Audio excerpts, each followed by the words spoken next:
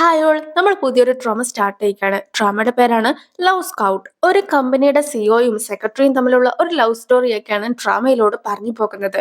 പക്ഷേ ഇത് വളരെയധികം ഹീലിംഗ് ആയിട്ടുള്ള ഒരു ഡ്രാമ ആയതുകൊണ്ട് തന്നെ കണ്ടിരിക്കാൻ വളരെ രസമാണ്. പിന്നെ ഇതിന്റെ അകത്തെ ഹീറോ ഒരു ഗ്രീൻ ഫോറസ്റ്റ് ആണ്. അതുകൊണ്ട് തന്നെ ഇങ്ങനത്തെ ഒരു ബോയ് ഫ്രണ്ട് സ്വപ്നങ്ങളിൽ മാത്രമേ ഉണ്ടാവുകയുള്ളൂ. അപ്പോൾ നമുക്ക് നേരിട്ട് സ്റ്റോറിയിലേക്ക് കടക്കാം. ആദ്യമായിട്ട് നമ്മുടെ ഡ്രാമയിലെ ഹീറോയിനെ കാണിക്കുന്നു. അവളുടെ പേര് ജിയോൺ എന്നാണ്. അവളും ഒരു ഹെഡ് ഹണ്ടിങ് കമ്പനിയുടെ സിഇഒയാണ്. എന്താണ് ഹെഡ് ഹണ്ടിങ് കമ്പനി എന്ന് വെച്ചിട്ടുണ്ടെങ്കിൽ, ഏതെങ്കിലും ഒരു കമ്പനിയിലെ ആൾക്കാർക്ക് കുറച്ച് എംപ്ലോയീസിനൊക്കെ ആവശ്യമായിട്ട് വരും. സോ അവര് ഞങ്ങൾക്ക് ഇങ്ങനത്തെ ആൾക്കാരാണ് ആവശ്യമായിട്ടുള്ളത് എന്നൊക്കെ പറഞ്ഞുകൊണ്ട് ജിയോന്റെ കമ്പനിയെ ബന്ധപ്പെടും.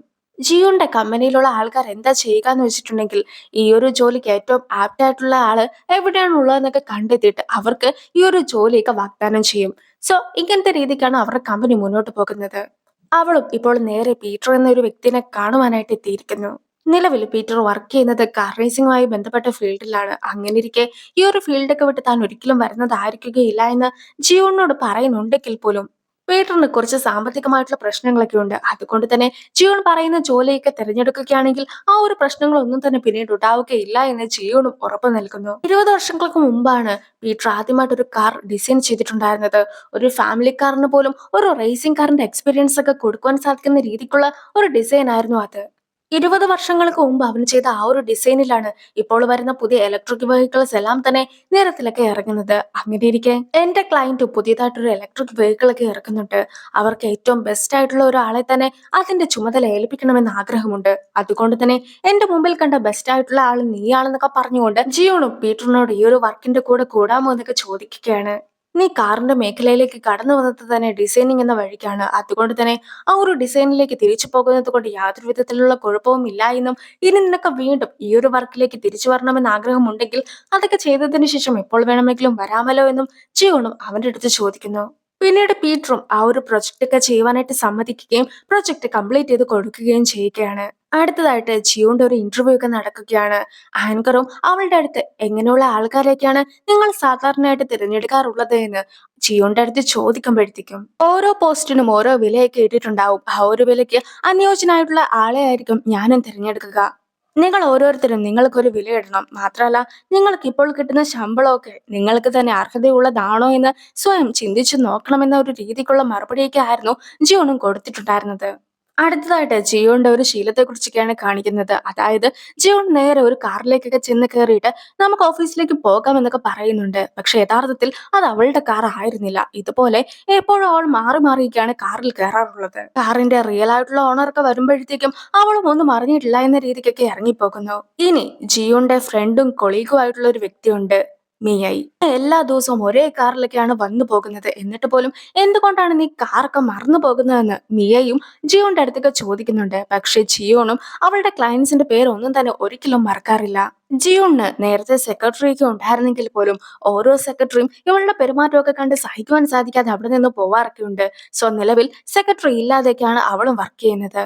കൂടാതെ കൂടെ വർക്ക് ചെയ്യുന്ന ആൾക്കാര് അവളുടെ അടുത്ത് പല പല സംശയങ്ങളൊക്കെ ചോദിച്ചു വരുമ്പോഴത്തേക്കും എന്തൊക്കെയാണ് ഓരോ കാര്യത്തിലും ചെയ്തു കൊടുക്കേണ്ടതെന്നൊക്കെ അവൾ വ്യക്തമായി തന്നെ പറഞ്ഞു കൊടുക്കുന്നു.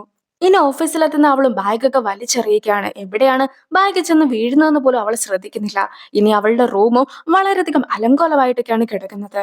ഒരു പ്രൊജക്ട് ഒക്കെ കംപ്ലീറ്റ് ആയെന്ന് മനസ്സിലാക്കുമ്പോൾ തന്നെ അവളും ഫയൽസ് ഒക്കെ വലിച്ചെറിയുന്നു. പിന്നീട് അടുത്ത ടാസ്ക് അവൾ എടുക്കുകയാണ്.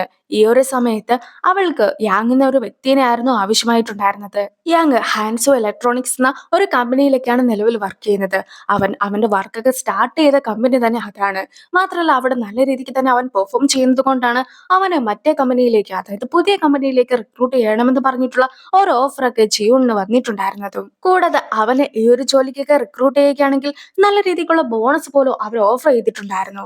ഹാൻസോ ഇലക്ട്രോണിക്സിന്റെ എക്സിക്യൂട്ടീവും യാങ്ങിനെ അവരുടെ കമ്പനിയിൽ നിന്ന് മാറ്റുവാനായിട്ടുള്ള ഒരു ശ്രമമൊക്കെ നടക്കുന്ന കാര്യം മനസ്സിലാക്കിയിട്ടുണ്ട്. യാങ്ങിനും ഏകദേശം സമ്മതമെന്ന രീതിക്കാണ് ഇപ്പോൾ കാര്യങ്ങൾ മുന്നോട്ട് പോകുന്നത്. അതുകൊണ്ട് തന്നെ എങ്ങനെയും യാങ്ങിന്റെ മനസ്സ് മാറ്റുവാനായിട്ട് സാധിക്കുന്ന ആരെങ്കിലും ഉണ്ടോ എന്ന് എക്സിക്യൂട്ടീവ് സോങ്ങിന്റെ അടുത്ത് ചോദിക്കുമ്പോഴത്തേക്കും സോങ് നമ്മുടെ ഹീറോ ആയിട്ടുള്ള യു ഉൺഹോയുടെ പേരൊക്കെയാണ് പറയുന്നത്.